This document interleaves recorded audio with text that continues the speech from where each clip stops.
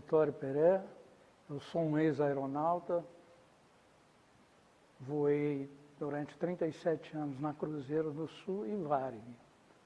E justamente no exercício dessa atividade profissional, eu tive a oportunidade de conversar com inúmeras pessoas que naquele período, já da década de 60, 70, eram ícones da ufologia brasileira. Numa dessas ocasiões, eu estava fazendo um voo entre Corumbá e Cuiabá, no Mato Grosso do Norte, e tive o meu primeiro avistamento. Então foi a partir desse momento que despertou uma curiosidade muito especial, e eu dei então,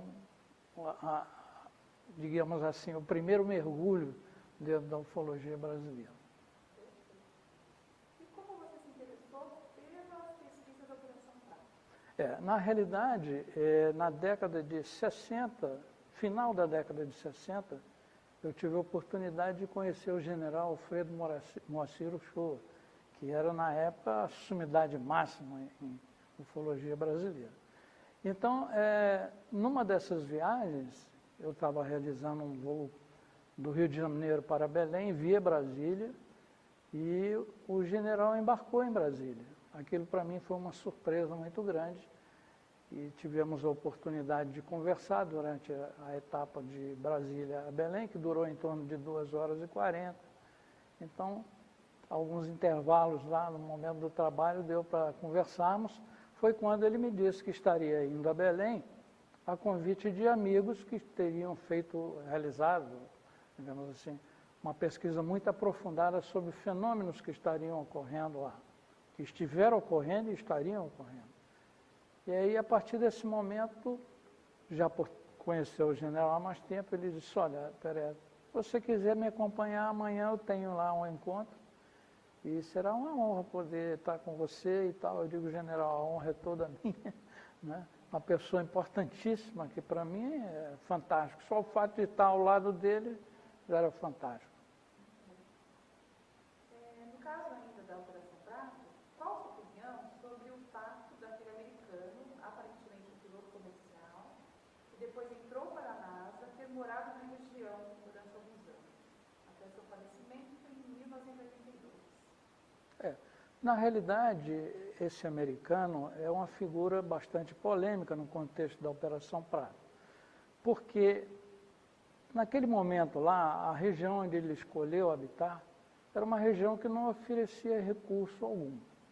Segundo um levantamento que foi feito por mim e por pessoas do meu grupo, esse americano ele teria sido um piloto da antiga empresa aérea americana, a Pan American, e havia se candidatado ao cargo de astronauta.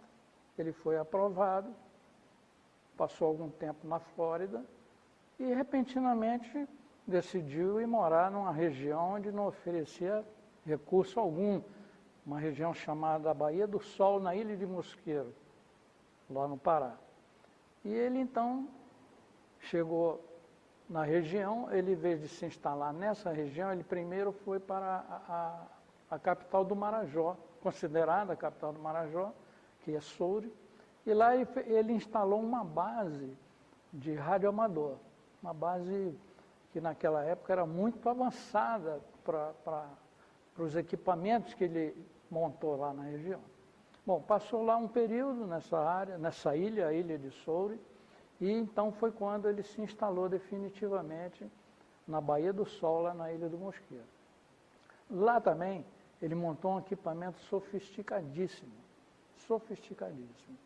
Era um equipamento de radioamador muito avançado, que, para vocês terem uma ideia, naquele período de 1977, ele já possuía notebook.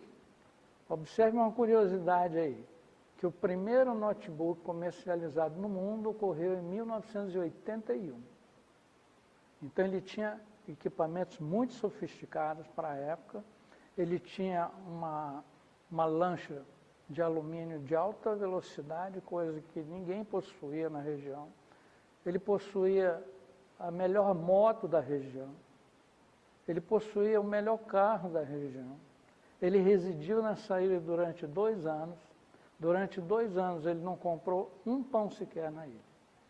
todo o alimento dele, o vestuário dele e equipamentos que ele precisava eram lançados por um avião descaracterizado que lançava sobre a Bahia e ele recolhia através dessa lancha que ele possuía lá.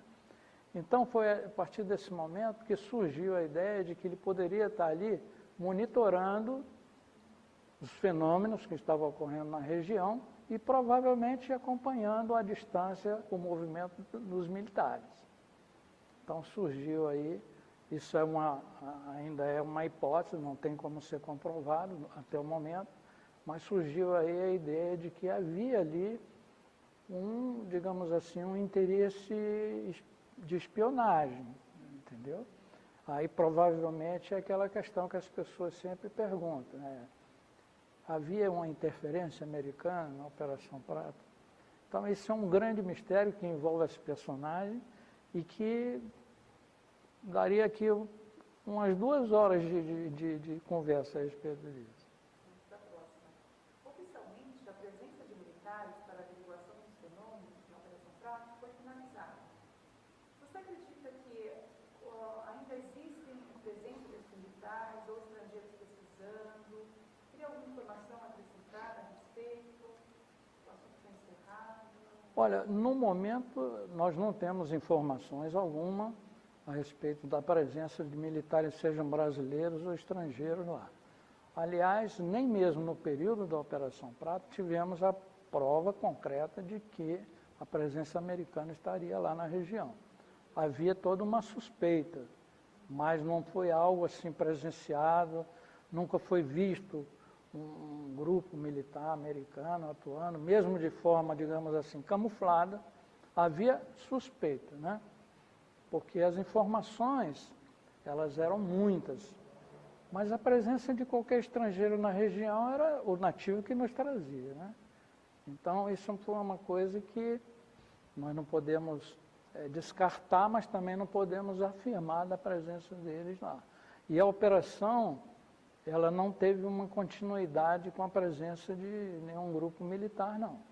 Foi uma coisa extraoficial que aconteceu após o encerramento entre aspas, né? Antes, após a ocorrência em massa dos fenômenos circulares na região, ainda aconteciam alguns avistamentos, supostas abduções, houveram documentos no meio ecológico a respeito. Existe algum caso que te impressionou? Ainda há relatos de avistamentos que chegou a perceber? Na realidade, os fenômenos nunca deixaram de acontecer, até os dias de hoje. Eu posso afirmar porque há pouco tempo, eu e uma equipe, nós testemunhamos vários fenômenos lá na região. Existem até registros fotográficos que com o tempo nós vamos disponibilizar. Mas o que acontece? Os fenômenos, eles hoje ocorrem de forma muito casual. Já não tem aquela frequência que havia no passado.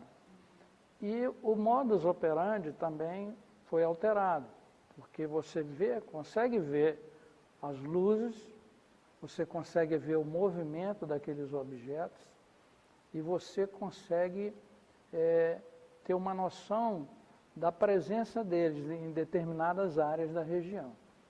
Esses fenômenos, essas luzes, elas continuam se manifestando, porém, não causam mais vítimas, não existem mais vítimas. Aqueles supostos ataques, eu digo supostos ataques porque na realidade nunca foram ataques. Isso é uma coisa que tem que ser muito bem esclarecida e que eu ia precisar de mais tempo para poder, né? Não eram ataques deliberados, coisas planejadas, era uma pesquisa que eles estavam lá realizando. O senhor disse em uma entrevista para a UFO que avistou UFOs mergulhando na Baía de Marajó, além de vários avistamentos também durante vigílias. O que o senhor sentiu? Houve algum tipo de comunicação? Houve uma luminosidade? Eu queria que você contasse um pouquinho a sua experiência pessoal naquele momento desses avistamentos. Na realidade, foram diversos avistamentos. O que mais me chamou a atenção foi justamente esse relacionado a um objeto, que ele surgiu na linha do horizonte, o dia já havia amanhecido, e eram 5h20 da manhã, mais ou menos. E nós vimos um objeto surgir na linha do horizonte, vindo numa perpendicular do local que nós estávamos. Esse objeto era muito brilhante e, através de binóculo, inclusive, eu pude acompanhá-lo.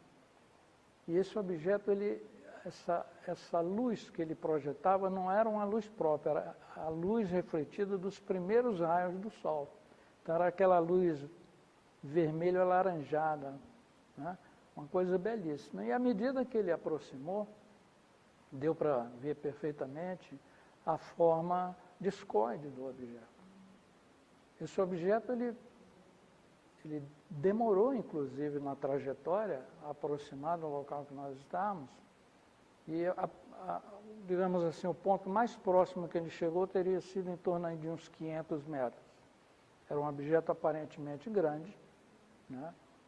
E ele veio numa altura muito próxima ao espelho d'água, calculamos em torno aí de 1,5 metro, 2 metros no máximo, veio muito rente à água, e num determinado momento ele ficou estático no ar, fez um movimento como se tivesse subido 2 degraus de uma escada, e então penetrou suavemente a água.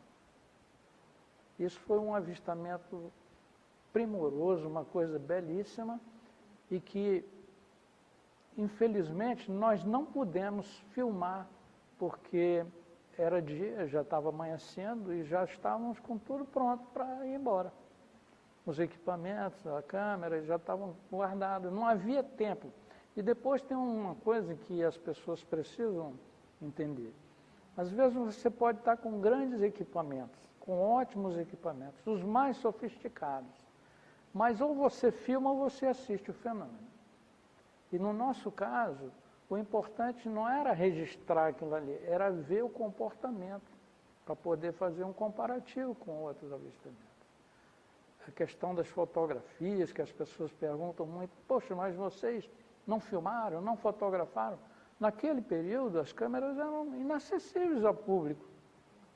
Os militares possuíam os equipamentos deles, mas os civis que participavam ali de um apoio, digamos assim, logístico, nós não tínhamos equipamento e até não era nos permitido usar isso, entende?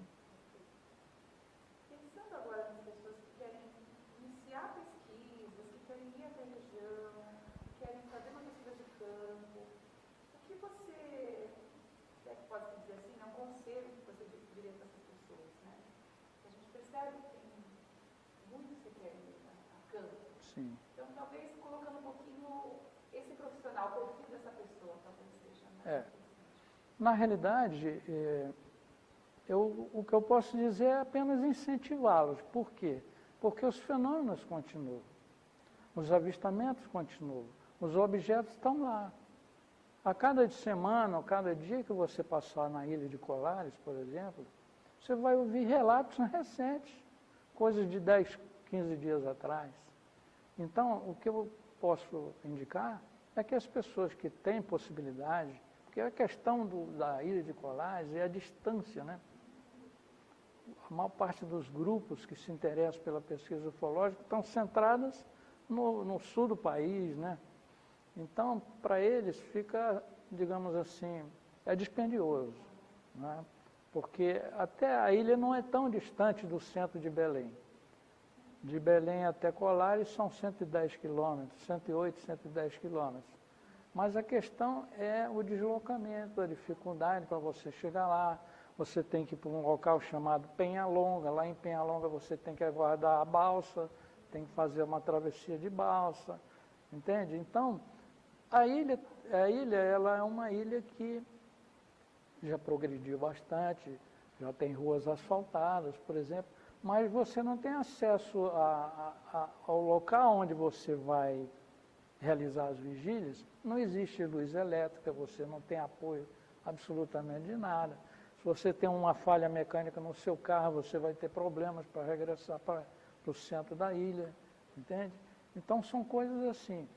Agora, o fenômeno, ele está lá presente, é casual, vai depender de uma boa dose de sorte nos dias de hoje, mas eles estão lá, eu posso garantir com certeza absoluta. Eu gostaria que você falasse um pouco sobre o projeto Alfa e Ômega, né, essa vertente do qual você participou, como foi fundada, como se reuniam, um breve informação.